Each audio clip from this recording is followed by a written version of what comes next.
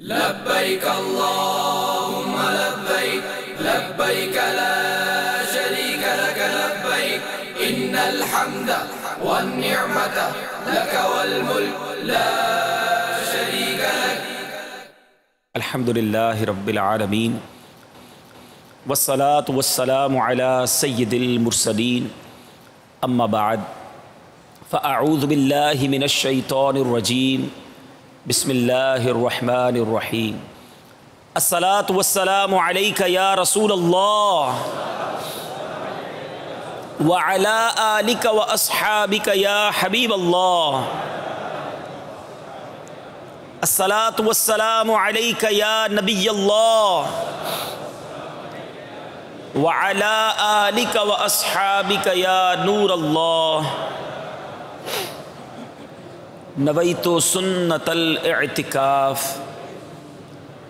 میٹھے میٹھے پیارے پیارے اسلامی بھائیوں، مدنی چینل کے ناظرین، بالخصوص سوئے طیبہ جانے والوں، سوئے مکہ جانے والوں، حج کی سعادت کا اذن پانے والوں، اللہ رب الکریم آپ سب کا یہ سفر اپنی بارگاہ میں قبول فرمائے، آپ سب کو قدم قدم پر آسانیاں عطا فرمائے، گناہوں سے بچ کر خوب نیکیاں کرتے ہوئے، سنتوں پر عمل کرتے ہوئے یہ سفر نصیب فرمائے، اور حاجیوں سے جو مغفرت کے وعدے ہیں، جو گناہوں کے معاف کرنے کے وعدے ہیں، جو رب کی رحمتوں کے وعدے ہیں، اللہ تعالیٰ ان بشارتوں میں آپ سب کو حصہ عطا فرمائے. حج تربیتی اجتماع کا سلسلہ ہے، محبتوں کا سفر ہے، عقیدتوں کا سفر ہے، مغفرتوں کا سفر ہے.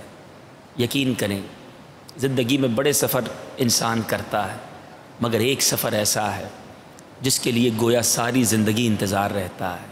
گن گن کے بندہ دن کاٹتا ہے کہ کب مجھے وہ وقت میسر آئے گا جب میں بھی احرام کی چادریں پہنے لبیک اللہم لبیک کی صدائیں بلند کرتے ہوئے اس رب حقیقی کے گھر کے پاس پہنچ جاؤں گا.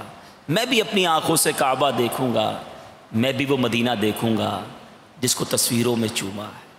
حاجی جب سے حج کی تیاری شروع کرتے ہیں، جب سے ان کی خوشی بڑھتی جاتی ہے. یقیناً آپ کے دن نہیں کٹ رہے ہوں گے، آپ کے لمحے نہیں گزر رہے ہوں گے، جی چاہ رہا ہوگا وہ تاریخ جلدی آ جائے، وہ لمحہ جلدی آ جائے کہ جب میں اپنے کریم مولا کے گھر کی طرف روانہ ہو جاؤں، اپنے پیارے پیارے آقا کے در کی طرف روانہ ہو جاؤں. اللہ تعالیٰ خیر و عافیت کے ساتھ، صحت و عافیت کے ساتھ آپ سب کو یہ سفر نصیب فرمائے اور خوب برکتیں لوٹنے کی توفیق عطا فرمائے. آئیے کچھ اچھی اچھی نیتیں کر لیتے ہیں.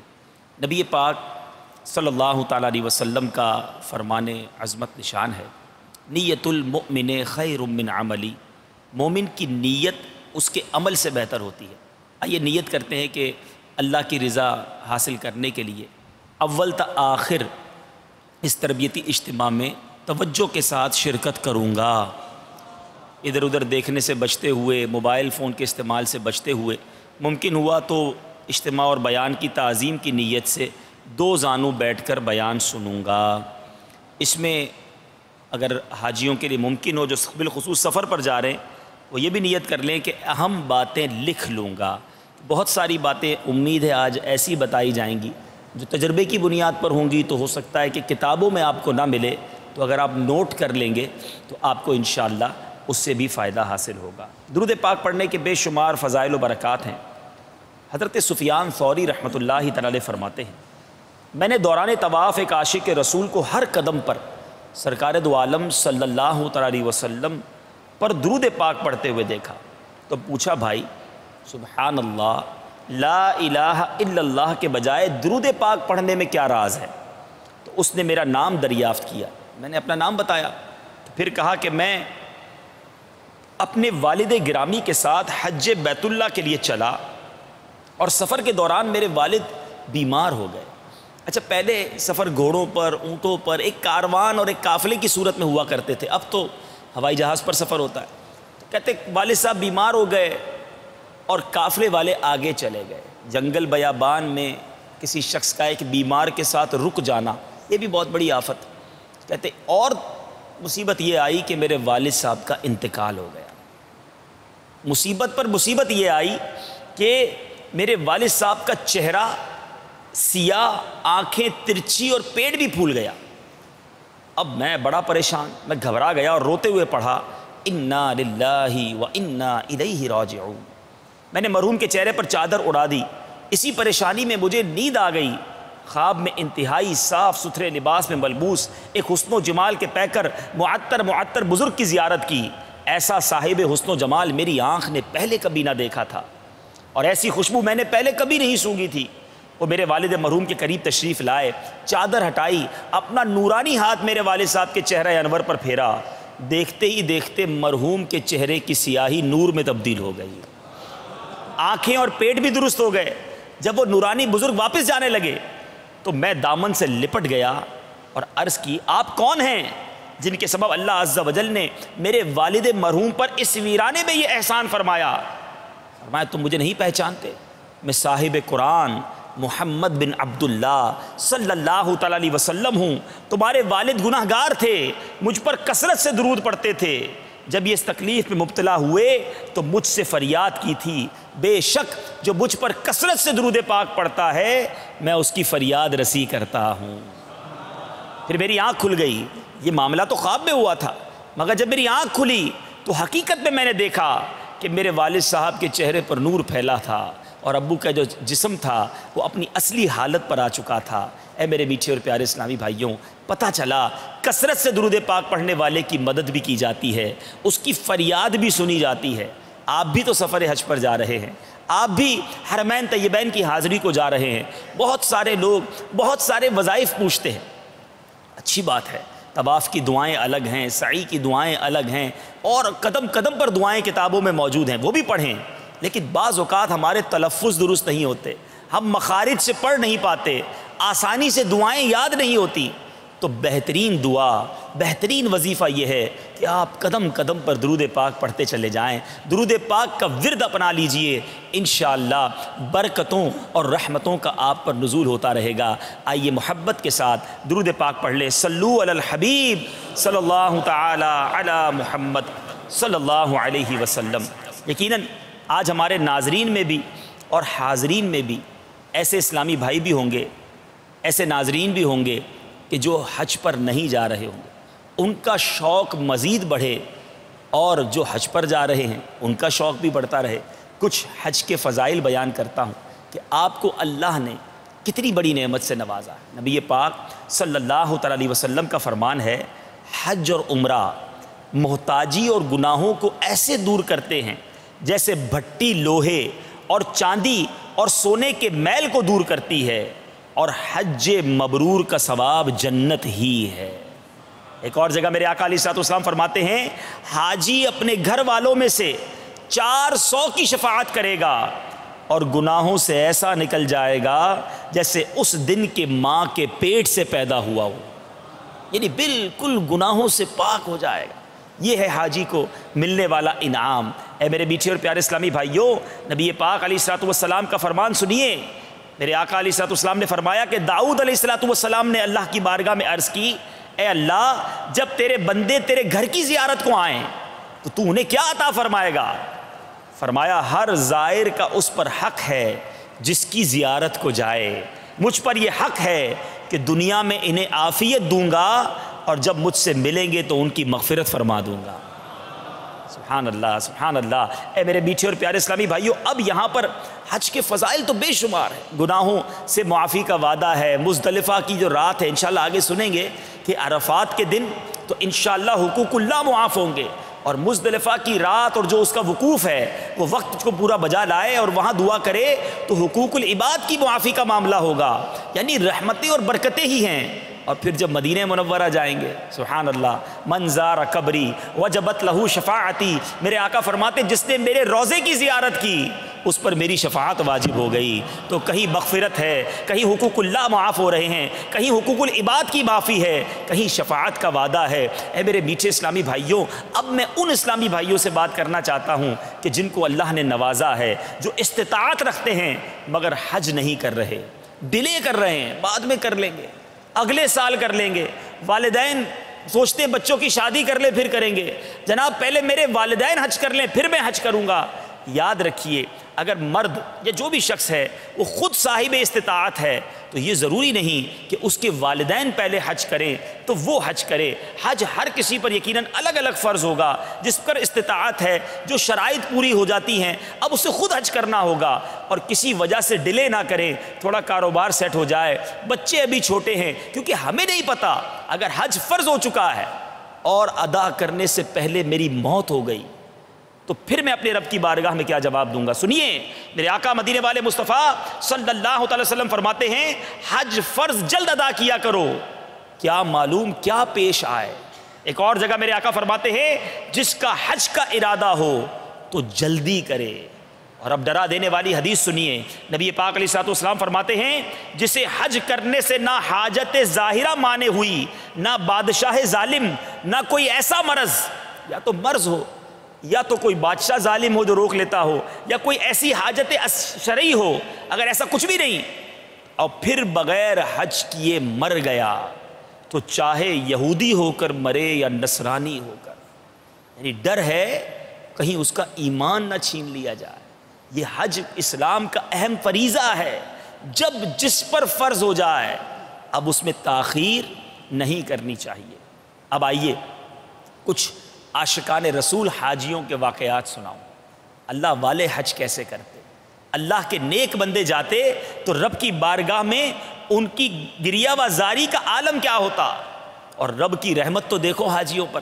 حضرت سیدنا محمد بن منقدر علیہ رحمت اللہ المقتدر نے 33 بار 33 ٹائمز حج کرنے کی سعادت حاصل کی. اپنے آخری حج میں میدان عرفات میں مناجات کرتے ہوئے عرض کی یا اللہ تو جانتا ہے میں نے اسی عرفات میں 33 بار وقوف کیا ہے، ایک مرتبہ اپنی طرف سے اور ایک بار اپنے ماں اور باپ کی جانب سے مشرف ہوا. یا رب میں تجھے گواہ کرتا ہوں کہ میں نے باقی تو 30 حج ہیں وہ اس کو تحفے میں کر دیے جو یہاں عرفات میں آ کر ٹھہرا اور اس کا حج قبول نہ ہوا ہو. جب آپ عرفات سے مزدلفہ پہنچے تو خواب میں ندا دی گئی اے ابن منقدر کیا تو اس پر کرم کرتا ہے جس نے کرم پیدا کیا، کیا تو اس پر سخاوت کرتا ہے جس نے سخاوت پیدا فرمائی. تیرا رب تجھ سے فرماتا ہے مجھے اپنے عزت و جلال کی قسم میں نے وقوف عرفات کرنے والوں کو عرفات پیدا کرنے سے 2000 سال پہلے ہی بخش دیا. اے عرفات کا وقوف پانے والوں تمہاری قسمت پہ رشک آتا ہے. سبحان اللہ. سنیے اسی طرح کبھی مایوس نہیں ہونا چاہیے. سیدنا مالک بن دینار فرماتے ہیں ایک عابد کے بارے میں فرماتے ہیں کہ وہ عابد کہتے ہیں کہ میں متواتر کئی سال سے حج کی سعادت پا رہا ہوں. ہر سال ایک درویش کو کعبہ معظمہ کا دروازہ پکڑے ہوئے دیکھتا ہوں. جب وہ لبیک اللہم لبیک کہتا ہے تو غیب سے آواز سنائی دیتی ہے لا لبیک. 14ویں سال میں نے اس سے پوچھا اے درویش تو بہرا تو نہیں؟ اس نے جواب دیا میں سب کچھ سن رہا ہوں. میں نے کہا پھر یہ تکلیف کیوں اٹھاتا ہے؟ تو لبیک کہتا ہے، سامنے سے لا لبیک کہا جاتا ہے. تو وہ کہتا ہے اے شیخ میں حلفیہ بیان کرتا ہوں اگر بجائے 14 سال کے 14,000 سال میری عمر ہو اور بجائے سال بھر کے ہر روز 1000 بار یہ جواب لا لبیک سنائی دے پھر بھی میں اس دروازے سے سر نہ اٹھاؤں گا. آپ فرماتے ہیں کہ ابھی ہم مصروف گفتگو تھے، اچانک آسمان سے ایک کاغذ اس کے سینے پر گرا. اس نے وہ کاغذ میری طرف بڑھایا، میں نے پڑھا، اس میں لکھا تھا اے مالک بن دینار تو میرے بندے کو مجھ سے جدا کرتا ہے کہ میں نے اس کے کئی سال کے حج قبول نہیں کیے. ایسا نہیں بلکہ اس مدت میں آنے والے تمام حاجیوں کے حج بھی اس کی پکار کی برکت سے قبول کیے ہیں تاکہ کوئی میری بارگاہ سے محروم نہ رہ جائے. ارے رب کے سوا در کس کا ہے؟ ہم اللہ کے گھر نہیں جائیں گے تو کہاں جائیں گے؟ باپا لکھتے ہیں نا کس کے در پر میں جاؤں گا مولا، کس کے در پر میں جاؤں گا مولا گر تو ناراض ہو گیا یار. ہم گناہ گار ہیں، ہم سیاہ کار ہیں، اسی لیے تو جا رہے ہیں کہ اپنے رب سے مغفرت کی خیرات لیں گے، اپنے گناہوں کی معافی مانگیں گے، اپنے آقا کے در پر جا کر اپنے گناہ بخشوانے کا سامان کریں گے. اعلیٰ حضرت لکھتے ہیں نا وہی رب ہے جس نے تجھ کو ہمتن کرم بنایا، ہمیں بھیک مانگنے کو تیرا آستاں بتایا. ہمیں تو راستہ ہی دکھایا گیا ہے کہ جب اپنی جانوں پر ظلم کر بیٹھو تو محبوب کے در پر چلے جاؤ۔ اعلیٰ حضرت لکھتے ہیں نا، مجرم بلائے آئے ہیں، ہمیں تو کہا گیا ہے جانے کا، مجرم بلائے آئے ہیں، جاؤ کا ہے گواہ، پھر رد ہو کب یہ شان کریموں کے در کی ہے۔ میں کر کے ستم اپنی جان پر،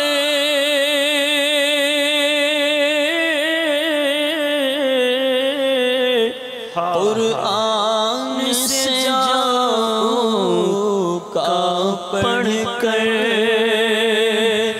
میں کر کے ستم اپنی جان پر، میں کر کے ستم اپنی جان پر، قرآن سے جاؤں کا پڑھ کر آیا ہوں بہت شرمندہ سا، آیا ہوں بہت شرمندہ سا، سرکار توجہ فرمائیں، سرکار توجہ فرمائیں۔ میں کب آنے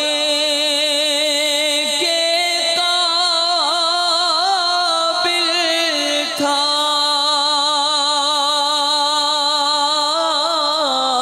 میٹھے حاجیوں، سارے سفر یہ توجہ رکھنا، کہیں بھی نخرے نہ ہو، ناز نہ ہو کہ یہ ٹھیک نہیں ہے، وہ ٹھیک نہیں ہے، شکوے شکایات، انتظام ٹھیک نہیں، کھانا ٹھیک نہیں۔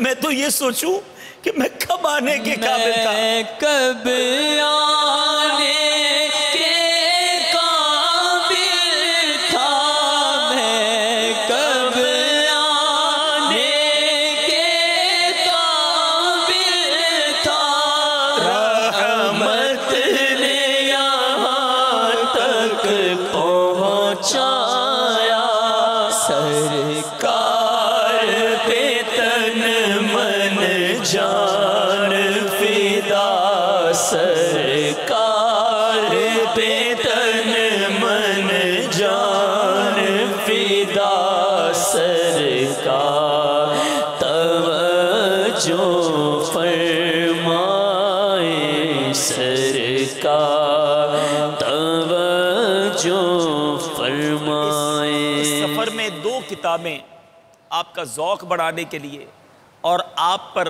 آپ کی یوں سمجھ لیجیے کہ قدم قدم پر رہنمائی کے لیے، یہ 2 کتابیں آپ کی ساتھی ہونی چاہیے۔ خدا را سفر پر جانے سے پہلے بھی پڑھ لیں اور اپنے ساتھ بھی اسے لے جائیں۔ یہ رفیق الحرمین، اس میں تو یقیناً پورے حج کا طریقہ، مسائل موجود ہے، اور یہ عاشقان رسول کی 130 حکایات، یہ خزانہ ہے جو ابھی میں نے واقعات بھی آپ کو سنائے، اسی کتاب سے سنائے۔ اگر اپنا ذوق بڑھانا چاہتے ہیں تو یہ حکایات پڑھیں، سفر میں بھی پڑھیں، راستے میں بھی پڑھیے گا، جب مکہ مکرمہ سے مدینہ منورہ بس میں جائے جب بھی پڑھیں کہ مدینہ آنے والا ہے۔ اب مدینہ منورہ میں عاشقان رسول کیا کرتے تھے، آپ کی آنکھوں سے انشاءاللہ آنسو روانہ ہونا شروع ہو جائیں گے۔ رفیق الحرمین ہی سے امیر اہل سنت نے حج اور عمرے جانے والوں کے لیے کچھ نیتیں تحریر فرمائیں، ان نیتوں میں بھی بڑی تربیت ہے۔ میں چند نیتیں پیش کرتا ہوں، غور سے سنتے جائیں اور اب سے اپنے دل میں یہ نیتیں لاتے چلے جائیں۔ صرف رضائے الہی پانے کے لیے حج کروں گا، جو جا رہے ہیں بلکہ نہیں جا رہے جب بھی حج کریں گے نیت یہی کر لے کہ صرف رضائے الہی پانے کے لیے حج کروں گا۔ قبولیت کے لیے اخلاص شرط ہے، اور اخلاص حاصل کرنے میں یہ بہت معاون ہے کہ ریاکاری اور شہرت کے تمام اسباب ترک کر دیے جائیں۔ نبی پاک علیہ السلام کا فرمان، لوگوں پر ایسا زمانہ آئے گا کہ میری امت کے مالدار سیر و تفریح کے لیے، درمیانے درجے کے لوگ تجارت کے لیے، اور قرہ یعنی کاری دکھانے اور سنانے کے لیے، اور فقراء مانگنے کے لیے حج کریں گے۔ اب اپنے اپنے بارے میں غور کر لیں کہ سیر و تفریح کے لیے تو نہیں جا رہے، یا شہرت کے لیے تو نہیں جا رہے، لوگ مجھے حاجی کہیں، یہ بڑا مسئلہ ہے۔ خدا را کہیں ایسا نہ ہو کہ یہ ریاکاری کر کے، یہ لوگوں کو دکھلاوے کی نیت کر کے کہ لوگ مجھے جناب میرا ہاتھ چومیں، مجھے گجرے پہنائیں، مجھے دعا کے لیے کہیں، ابھی حج پر پہنچے نہیں پہلے ہی اپنے نام کے ساتھ حاجی لگا دیا، ایسے کام نہ کریں۔ ہم کیوں لوگوں کو بتانا چاہتے ہیں کہ میں نے جناب یہ نیک کام کیے؟ ہم جانے، ہمارا رب جانے، ابھی تو ہمیں پتہ بھی نہیں کہ ہمارا ہوگا کیا۔ اتنے گناہ ہیں، اتنی خطائیں ہیں۔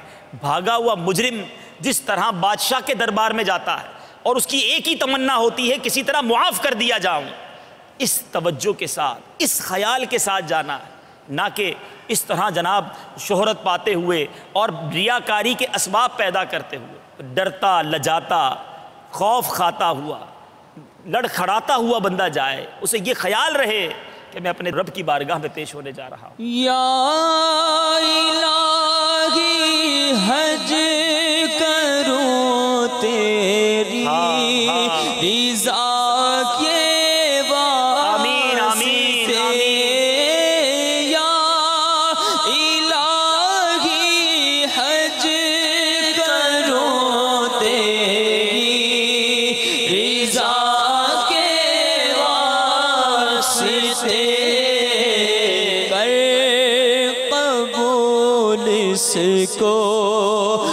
محمد مصطفیٰ کے واسطے، کر قبول اس کو محمد مصطفیٰ کے واسطے۔ اسی طرح ایک نیت یہ بھی کر لیں کہ اس آیت مبارکہ پر عمل کروں گا۔ وَأَتِمُّ الْحَجَّ وَالْعُمْرَةَ لِلَّهِ، ترجمہ کنز الایمان، حج اور عمرہ اللہ کے لیے پورا کرو۔ اسی طرح ایک نیت جو حج فرض کرنے والا ہے وہ بھی یہ نیت کرے کہ اللہ کی اطاعت کی نیت سے اس حکم قرآنی وَلِلَّهِ عَلَى النَّاسِ حِجُّ الْبَيْتِ مَنِ اسْتَطَاعَ إِلَيْهِ سَبِيلًا، اور اللہ کے لیے لوگوں پر اس گھر کا حج کرنا ہے جو اس تک چل سکے، اس پر عمل کرنے کی سعادت حاصل کروں گا۔ یہ بھی نیت کر لیں کہ نبی پاک علیہ السلام کی پیروی میں حج کروں گا، ماں باپ کی رضا مندی لے لوں گا، بیوی جو ہے وہ شوہر کو رضامند کرے، مقروض جو ابھی قرض ادا نہیں کر سکتا تو اس قرض خواہ سے بھی اجازت لے، اگر حج فرض ہو چکا ہے تو اجازت نہ بھی ہو تب بھی جانا ہوگا۔ ہاں، عمرہ یا نفلی حج کے لیے والدین سے اجازت لیے بغیر سفر نہ کریں۔ یہ بات غلط مشہور ہے کہ جب تک والدین نے حج نہیں کیا اولاد بھی حج نہیں کر سکتی۔ مال حلال سے حج کروں گا، ورنہ حج قبول ہونے کی امید نہیں، اگرچہ فرض اتر جائے گا۔ اگر مال میں کچھ شبہ ہو، پتہ نہیں حلال و حرام مکس ہے یا شبہ ہے، تو قرض لے کر حج کو جائے اور وہ قرض اپنے اسی مال سے پھر ادا کر دے۔ مال حلال سے حج کروں گا، یہ بھی نیت کر لیجئے۔ جو مال حرام سے حج کو جاتا ہے نا، کچھ لوگ حرام ہی کماتے ہیں، حرام چھوڑتے ہی نہیں، اور وہ جب حج کو جاتے ہیں اور جب وہ لبیک کہتا ہے تو ہاتف غیب سے جواب دیا جاتا ہے، نہ تیری لبیک قبول، نہ خدمت منظور، تیرا حج تیرے منہ پر مردود ہے، یہاں تک کہ تو یہ مال حرام کہ تیرے قبضے میں ہے اس کے مستحقوں کو واپس کر دے۔ یہاں حرام کمانے والا سوچے یہ کتنی بری لعنت ہے کہ حج بھی قبول نہیں، لبیک بھی قبول نہیں، اس پاک جگہ پر بھی کہا جا رہا ہے کہ تیرا حج مردود ہے۔ ایسی روزی کس کام کی؟ خدارا اگر روزی میں کوئی گڑبڑ ہے، آج اس حج تربیتی اجتماع کی برکت سے توبہ کر لیجیے۔ ذرا سوچئے، حرام کما رہے ہیں، آپ کو مل رہا ہے، یہ کیسے ممکن ہے کہ آپ حرام چھوڑ دیں گے تو حلال نہیں ملے گا؟ وہ رب اور عطا فرمائے گا، کرم کے اور دروازے کھلیں گے۔ تو نیت کریں کہ کبھی بھی حرام روزی نہیں کمائیں گے۔ اسی طرح میرے پیارے اسلامی بھائیوں، ایک اور بڑی پیاری بات کہ سفر حج کی خریداری میں بھاؤ کم کروانے سے بچوں گا۔ اعلیٰ حضرت لکھتے ہیں، کمی کے لیے بحث و تکرار کرنا بہتر ہے، بلکہ سنت سوا اس چیز کے جو سفر حج کے لیے خریدی جائے۔ یعنی سفر حج کی خریداریوں میں بہتر یہ ہے کہ بندہ جو مانگے وہ دے دے۔ دیکھیں سبحان اللہ، اس سفر کے لیے یہ بہتر ہے کہ احرام، چپل، بیگ جو آپ حج کے لیے خرید رہے ہیں اس میں بھاؤ تاؤ نہ کریں اور اس کو جو وہ مانگے وہ دے دیں۔ اب یہ اللہ کی دیکھیں شان ہے، عام چیزوں میں بتایا گیا یہ سنت ہے، تو انشاءاللہ جن کے لیے ممکن ہو وہ اس پر بھی عمل کرنے کی نیت کر لیں۔ پھر اور فرمایا، چلتے وقت رشتہ داروں اور دوستوں سے قصور معاف کرواؤں گا اور ان سے دعا کرواؤں گا۔ تو چلتے چلتے ہم نے قصور بھی معاف کروانے ہیں، معافی تلافی بھی کر لیں۔ اگر کسی رشتہ دار، کسی دوست سے کوئی ناراضی ہو گئی ہے، کوئی بات نہیں، جا کر معافی مانگ لیں. اللہ کے گھر جا رہے ہیں سب کو راضی کر کے جائیں. قرض وغیرہ کوئی مانگتا ہے وہ بھی ادا کر کے جائیں. اگر ابھی نہیں دے سکتے تو اس کو راضی کر کے جائیں. کوئی بوجھ لے کر نہ جائیں, اللہ کی بارگاہ میں جا رہے ہیں. اور اسی طرح فرمایا کہ حاجت سے زائد اخراجات رکھ کر رفقا پر خرچ اور فقراء پر خیرات کر کے ثواب کماؤں گا. ایسا کرنا حج مبرور کی نشانی ہے. یعنی حج مقبول کی نشانیوں میں یہ لکھا گیا کہ چلتے وقت راستے میں بھی فقیروں پر صدقہ کرتا جائے اور اپنے رفقا پر بھی, جو آپ کے ساتھی ہیں نا, ان کو کھلاتا جائے, ان کے ساتھ بھی کچھ نہ کچھ مطلب خیر خواہی کرتا جائے. حج مبرور کی نشانیوں میں کھانا کھلانا بھی لکھا گیا.